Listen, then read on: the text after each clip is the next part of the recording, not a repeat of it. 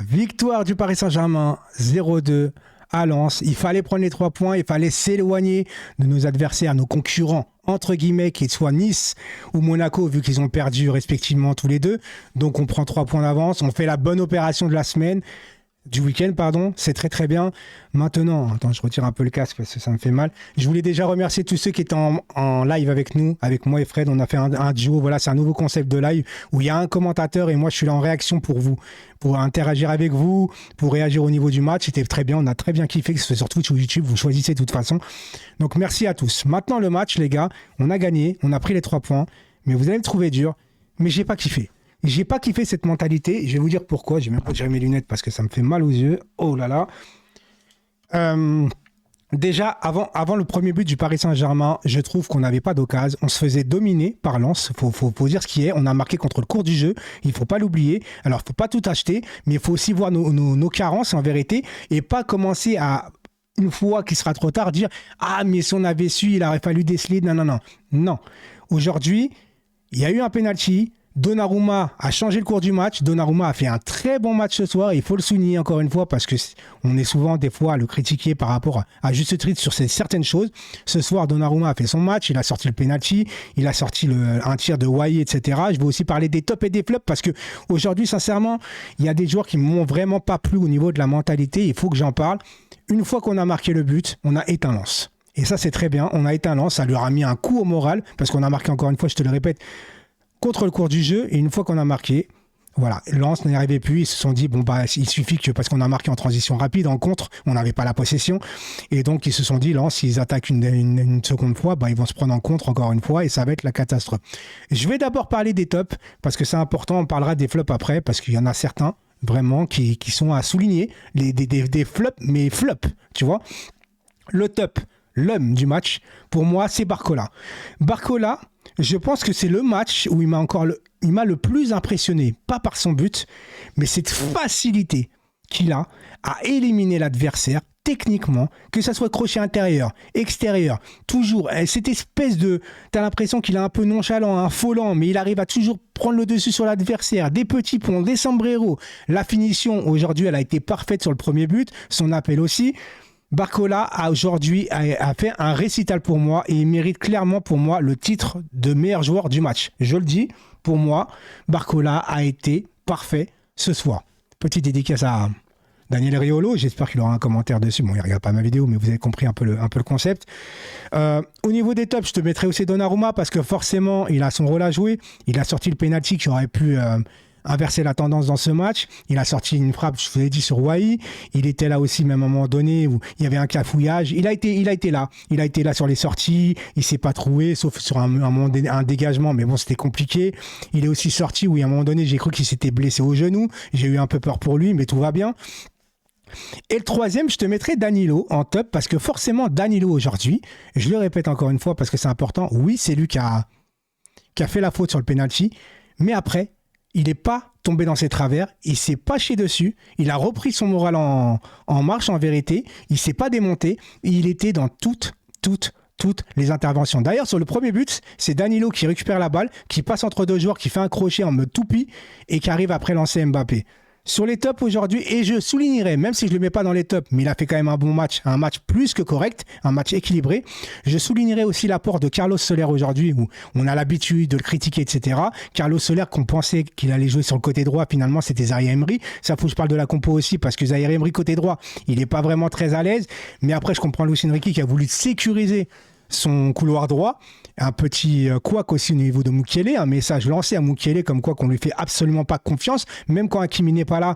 Je vous rappelle qu'aujourd'hui Dembélé était orphelin de Achraf Hakimi, ça s'est ressenti sur le terrain aussi, mais ça on en reviendra encore une fois après parce qu'il y a pas mal de choses à dire sur les inconvénients de ce match. Donc Zaïre Emery a fait ce qu'il peut, j'ai pas forcément aimé son match, mais il a fait ce qu'il peut sur ce côté où moi je le trouve vraiment pas à l'aise.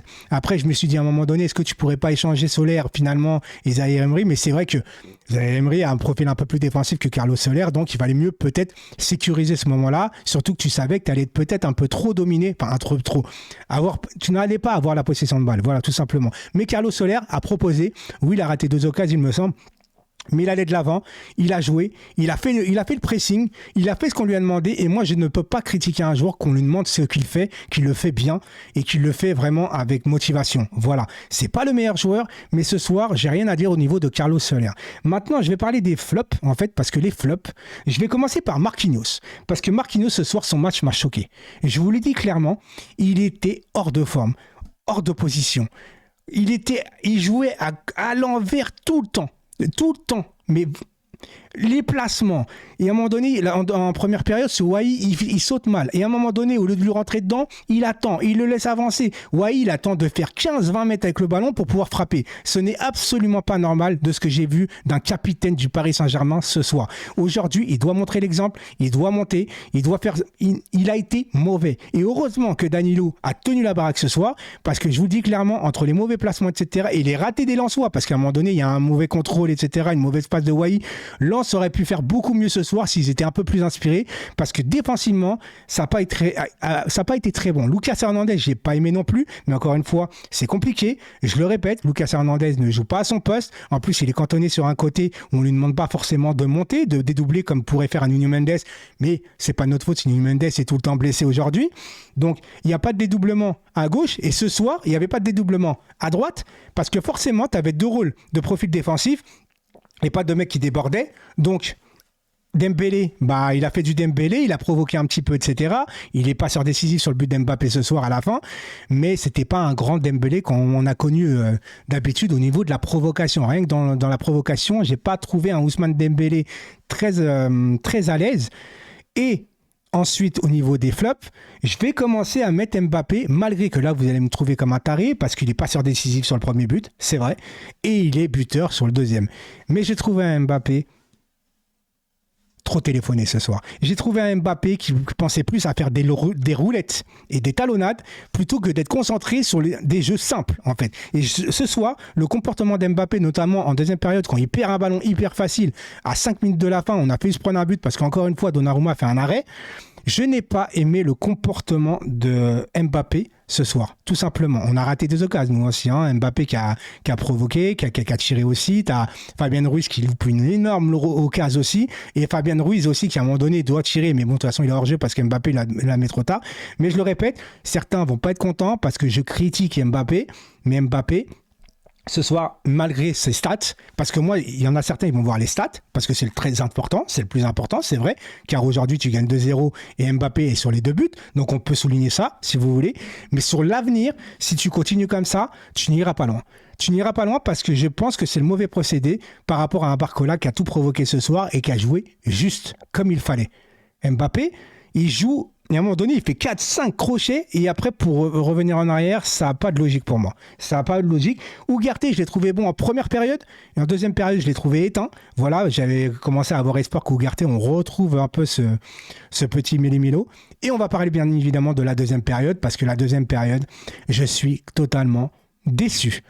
C'est un petit Paris Saint-Germain que j'ai vu ce soir en termes de motivation. En deuxième période, quand tu rentres à la fin de la première période, tu gagnes 1-0.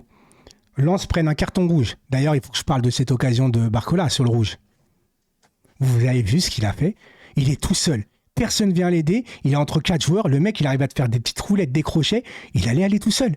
Il a réussi à dribbler 4 joueurs, le type, quand même. Carton rouge, notamment mérité, parce que c'est le dernier défenseur et il annule une action de but, même si ça peut choquer certains, on le voit au ralenti, sur l'arrêt net.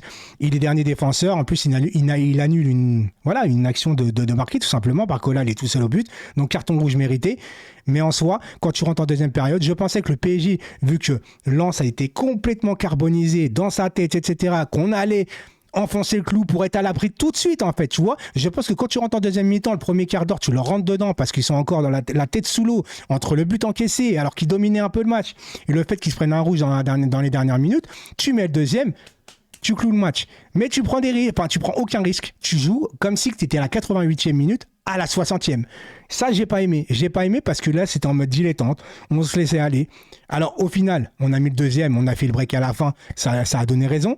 Mais en soi, tu peux donner espoir à l'adversaire et tu n'es pas à l'abri, surtout avec ce Paris Saint-Germain-là, surtout avec notre défense, sur un coup de pied arrêté, sur un coup franc, sur une occasion, sur un contre. Vous avez bien vu qu'il y a eu des cafouillages dans notre défense. On aurait pu se prendre un but ce soir, même en seconde période.